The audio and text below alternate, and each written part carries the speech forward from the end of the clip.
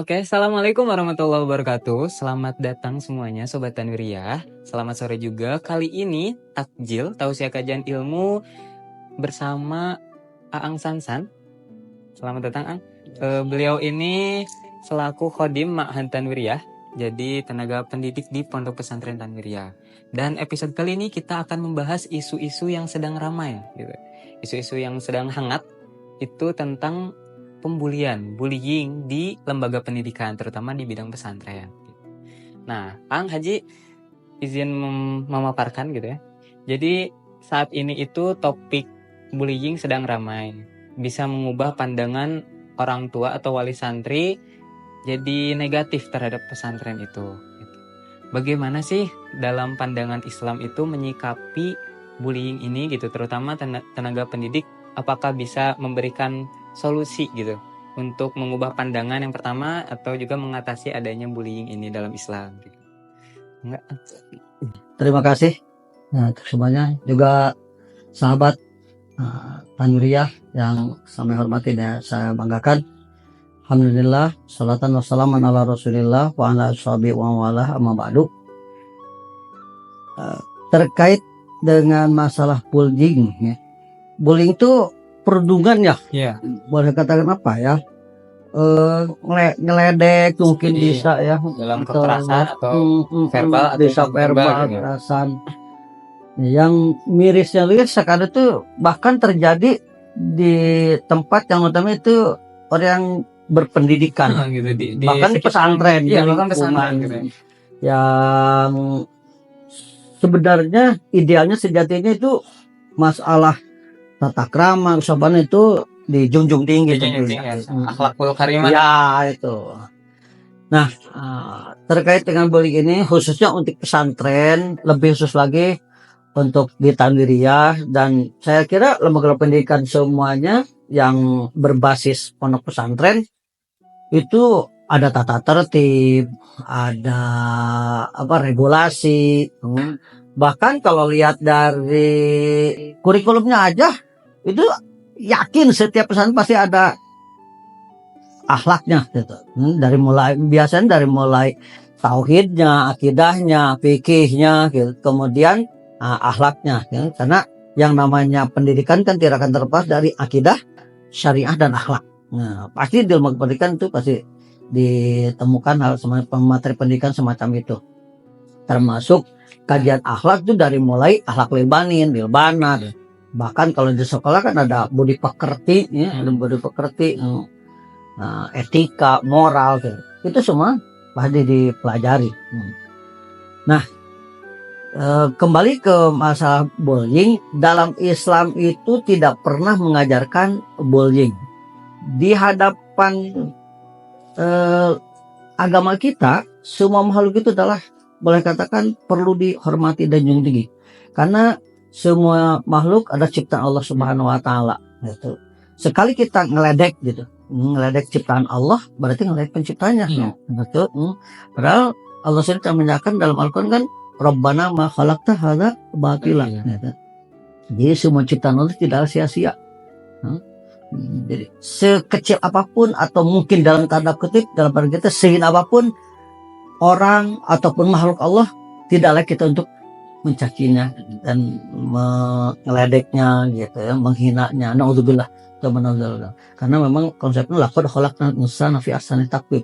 Manusia itu diciptakan dalam keadaan sempurna. Ya gitu. Nah, jadi konsep itu sebenarnya bukan menghinakan, mencaci, memaki gitu, tapi justru menebar kasih sayang. Soalnya di Islam nggak ada bullying kan, nggak diajarin di sekolah juga nggak ada pelajaran harus mencaci, harus ini kan nggak mungkin ya gitu. Mungkin kita mesti tahu penyebabnya ya. Kenapa itu menjadi karena jadi iseng kali asal gimana? Jadi bisa jadi yang pertama memang anak tersebut jauh dari didikan agama, jauh dari pendidikan moral, atau orang itu memang cek nama jauh ke bedug ngangka dulag gitu ya. Terus sama orang tuanya juga dijauhkan dari pendidikan agama gitu. Itu masalahnya. Nah, jadi apalagi sekarang ini boleh katakan 2 tahun terakhir atau 3 tahun terakhir belakang ini kan semenjak adanya COVID. Ya. Jadi kita kan boleh katakan learning from home. LFH. Ya, gitu. Jadi nggak ada tuh pertemuan dengan guru atau asatidz juga gitu. Jadi itu tuh sebenarnya peran orang tua yang paling peran penting orang tua. Terutama. Jadi harus tripartit itu antara siswa atau santri bersangkutan, orang tua dan lembaga. Ini harus bersinergi namanya gitu. Harus saling ini ya. Ya saling mengisi dan saling melengkapi. Nah, apalagi selama di rumah itu kan boleh katakan pengawasan hampir 100% oleh orang tua. Biasanya dibagi dengan lembaga, dibagi dengan sekolah gitu. Ini justru diserahkan pada orang tua. Padahal orang tua kan background pendidikan juga beda-beda. Iya. Lain mungkin orang yang berpendidikan high class gitu, yang pernah pesantren ataupun yang pendidikan tidak tamat SD gitu, gitu ya. Itu masalahnya seperti itu. Ya kembali, jadi konsep Islam sebenarnya yang disebarkan adalah konsep kasih sayang gitu ya. Nah, termasuk dalam ayat Al-Quran dikatakan gimana? Wa ma arsalnaka illa rahmatan lil alamin. Jadi diutusnya baginda Rasulullah SAW ke muka bumi adalah untuk memberikan kasih sayang, memberikan rahmat bagi semua alam. Bukan untuk orang Islam saja, bukan untuk umatnya saja, tapi untuk seluruh alam semua, termasuk baik betul manusia, hewan, seluruh alam semua juga gitu. Nah, tahu nggak konsep perang dalam Islam dikenal juga kan yang jihad gitu, perang atau qital istilahnya. Nah, itu ada etika juga dalam perang itu. Jadi dalam berperang itu tidak boleh membunuh wanita, tidak boleh anak-anak, orang tua, dan juga tidak boleh merusak alam, lingkungan. Itu gitu. Perang itu. Itu dalam perang aja itu masih ada etikanya. Nggak boleh menghancurkan tempat ibadah seperti gereja atau kuil, kelenteng, nggak boleh itu gitu. Nah, makanya dalam sejarah kan itu aja gereja Hagia Sophia ya. Hagia Sophia nggak dihancurkan, justru dia kan masjid, hanya alih fungsi aja gitu. Nah, jadi bagi orang-orang non Muslim ketika bisa perang usai, asal ada perdamaian, mereka dijamin untuk beribadah menurut kepercayaan masing-masing. Nah, itu dalam perang ada etikanya, apalagi dalam keadaan damai. Dalam keadaan tidak terjadinya bullying itu artinya damai, nggak ada perang-perang. Makanya sangat-sangat ironi gitu, lucu. Apalagi lebih tragis lagi kita ini terjadi lembaga pendidikan yang dipenuhi dengan orang-orang yang beretika, berpendidikan. Kebayang nggak kalau misalkan Islam menyebarnya tuh dengan hal yang tidak mengesankan gitu. Sampai nggak ke negeri kita susah ya. Makanya dalam ayat Al-Quran dikatakan dalam surat Ali Imran surat ketiga ya.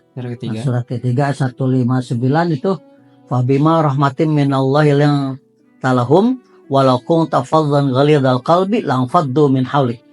Intinya karena ada kasih sayang itulah gitu. Antara kisah kepada sesama juga, seandainya Rasul itu keras, sifatnya orang temperamental gitu, itu pasti orang pada kabur, pada lari, nggak mau. Kok Islam seperti ini? Gitu. Nah makanya kita sebagai umatnya, apalagi murid-murid, santri, anak-anak yang mengaku sebagai umat Islam, umat baginda Rasul, seharusnya yang berarti kasih sayang, bukan dalam kebencian gitu. Nah, emang apa sih untungnya dari membenci seseorang gitu? Kan dalam hadis lain dikatakan, ada yang mengatakan laisa minna, itu hadis yang diriwayatkan Imam Tirmidzi. Jadi laisa minna malam yarham saghirana walam yuqir kabirana. Atau kama qala Rasulullah SAW. Bukanlah termasuk umat kami orang tidak bisa menyayangi yang muda dan juga hormat kepada orang tua. Nah, jadi yang kepada yang lebih muda harus kita sayangi, kepada yang tua harus kita hormati. Bahkan kepada sesama juga kita menghargai, betul. Indah kan Islam itu? Sebenarnya nggak ada pembulian. Nggak ada pembulian gitu. Dan lucunya gitu, ketika ada yang menghina lah ya, yang menghina kepada kita, yang meledek kepada kita, sebenarnya kita nggak usah Balas lagi ya nggak usah malah atau langsung down gitu ya, langsung merasa itu cuma itu kan nggak terima itu karena dia merasa sempurna. Padahal yang namanya manusia kan banyak kesalahan, banyak kekeliruan, banyak aib juga kan. Aslinya manusia. Nah, gitu. Sebagai sebagai orang yang berpengetahuan, yang beragama, kita harus menyampaikan kepada orang lain itu yang baik-baiknya saja. Gitu. Sementara orang lain juga merespon kepada kita itu menutupi aib-aibnya. Adapun ketika terpaksa ada orang itu misalkan membongkar, menjelek-jelek kita, ya udah terima aja, nggak apa-apa, gitu. Nah, dan memang ketika diterima, benar kan adanya kita ini banyak aib kan? Benar, iya, banyak aib kan? Hanya sampai detik ini kita masih ditutupi oleh Allah Subhanahu. Allah sampai detik ini masih berkenan untuk menutupi aib-aib kita. Nah, kebayang waktu dalam tanda kutip cucu baginda Rasulullah Sayyidah Hasan dibully oleh rivalnya. Lu begini itu berdasar atau domo tolol, wah bisa-bisan gitu. Nah itu dibully apa yang direspon oleh Sayyidah Hasan? Gimana ini? Wahai saudaraku, ketahuilah bahwa apa yang kamu sampaikan itu benar adanya. Ini benar adanya. Dan satu hal lagi, apa yang kau sampaikan itu baru sedikit yang kamu ketahui. Sebenarnya masih banyak aib-aib yang ada dalam diri kita yang Allah masih berkenan untuk menyembunyikan yang kamu tidak tahu. Gitu. Wah, dengan dia enggak bukan malah dong ya, dia gampang banget gitu kan. Dia memukul tajam sebenarnya. Nah, makanya sebenarnya ketika seorang pelaku bullying nuduh orang-orang begini gitu, itu kan jari itu sebenarnya jari kita berapa? 5 kan? Nuduh sama dia berapa? 2. Yang nuduh sama diri 3. Banyakan mana? Banyakan yang 3. Sama aja. Iya sama aja. Bahkan yang ada dalam diri kita lebih banyak kejelekannya ketimbang yang dituduhkan sama orang lain gitu. Makanya kita bersyukur alhamdulillah sebenarnya Allah sampai ini masih menyembunyikan aib-aib kita, menutupi aib yang ada dalam diri kita. Andaikan dibongkar oleh Allah, dibukakan, mungkin pasangan jawab itu sudah benci. Semuanya istri sudah benci sama suaminya, anak sudah gak peduli dengan orang tuanya, udah hormat gitu. Kemudian suami juga sama istri juga, masya Allah pasti jelek-jelekin aja. Gitu. Nah itu, jadi yang namanya menghina itu memang tidak diajarkan oleh Islam. Gitu.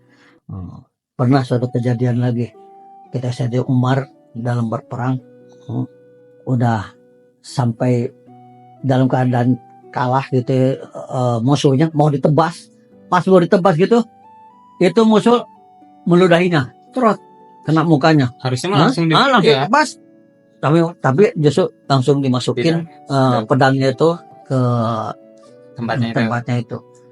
Heran kan, loh kenapa kamu tidak jadi? Saya khawatir ketika saya menebas, tadinya saya itu mau membunuh kamu, tetapi karena kamu meludahi saya khawatir membunuh kamu itu karena saya dendam atau saya marah, tidak lillah lagi. Asalnya mau saya tebas lillahi ta'ala, tapi karena kamu ludahin saya nggak mau, nggak jadi. Saya jadi karena marah itu bukan lillah lagi. Nah, itu kan akhirnya gimana? Oh inilah Islam. Akhirnya masuk Islam. Satu hal lagi, Rasul aja sempat menyuapi orang Yahudi yang buta gitu, yang buta, padahal dia disuapin, padahal dia orang yang benci sama Rasul, paling benci sama Rasul. Kan ceritanya Sayyidina Abu Bakar. Sayyidina Abu Bakar itu semeninggalnya Rasul, setelah wafatnya Rasul, dia sowan ke putrinya, yaitu Siti Fatimah, itu kan istri baginda Rasul. Wahai Aisyah, Mbak Aisyah ya, bukan Aisyah. Ya Aisyah putriku, apakah masih ada sesuatu yang belum ayahmu kerjakan, gitu. Yang dimana baginda Rasul selalu mengerjakan sementara aku tidak mengerjakannya. Rutinitasnya gitu ya. Gitu. Apa pokoknya gitu. Ternyata saya kira semuanya setelah dikerjakan kecuali satu. Menyuapi. Apa tuh? Apa tuh? Jalan ke masjid sana itu ada seorang Yahudi. Ada seseorang yang setiap hari disuapi oleh suaminya, oleh baginda Rasulullah Sallallahu Alaihi Wasallam. Nah itu, oh ya siap.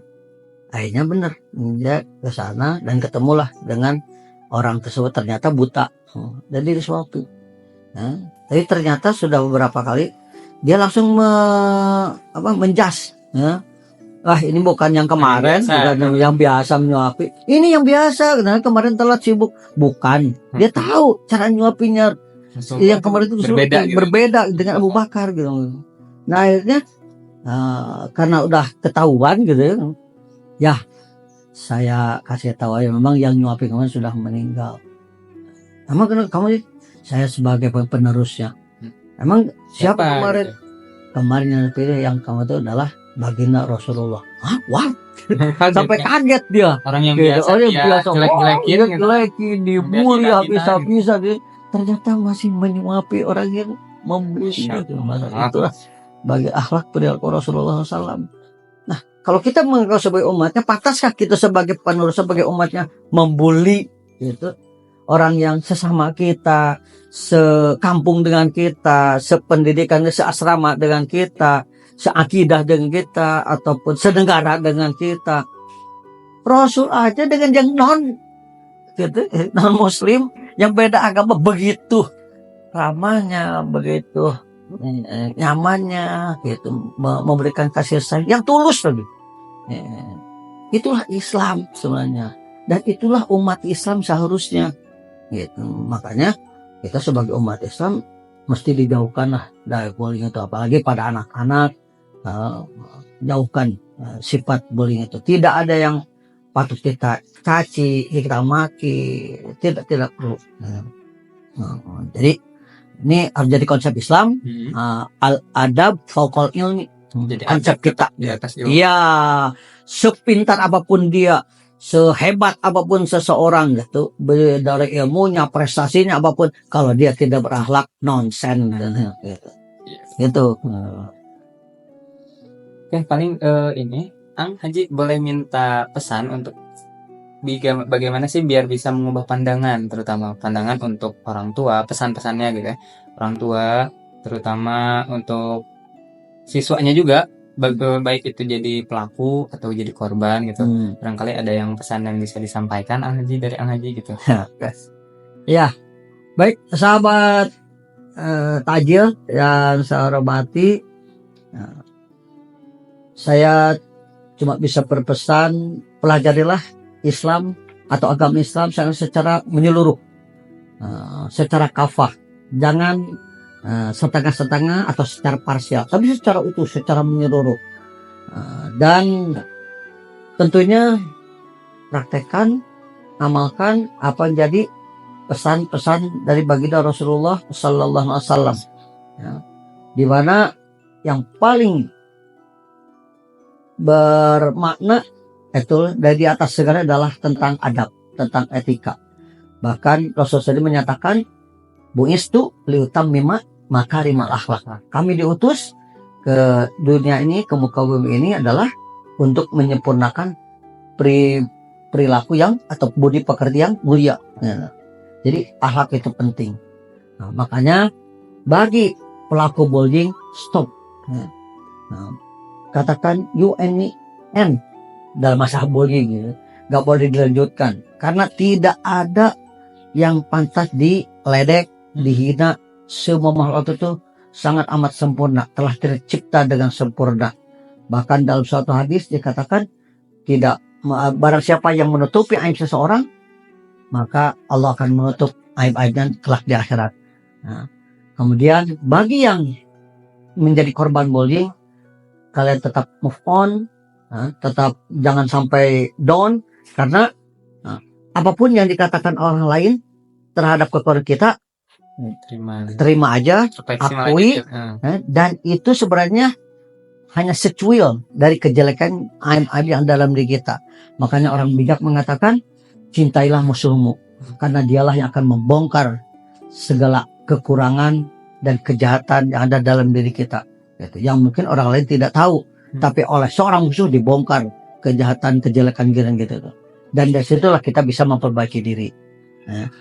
Kemudian bagi lembaga-lembaga pendidikan khusus baik itu sekolah-sekolah Islam ataupun pondok pesantren, tolong awasi, jaga anak-anak, para peserta didik dari perbuatan yang tidak baik, dari hal yang merugikan dia sendiri, keluarga, ataupun lembaga pendidikan itu sendiri, dari tindakan-tindakan bullying yang memang itu sangat merugikan. Nah, demikian mungkin apa yang dapat saya sampaikan terkait bullying, mudah-mudahan ada manfaatnya. Oke, baik teman-teman sobat semuanya. Jadi itulah paparan tentang pandangan Islam bagaimana menyikapi bullying gitu ya. Pertama pesan-pesannya semoga jadi manfaat bagi kita semua. Ngakunya umat Nabi tapi kok masih ngebully gitu kan. Jadi stop bullying ya teman-teman semua ya, stop bullying. Oke, mungkin cukup sekian episode kali ini. Kurang lebihnya mohon maaf. Assalamualaikum warahmatullahi wabarakatuh. Hatur nuhun, Ang. Assalamualaikum.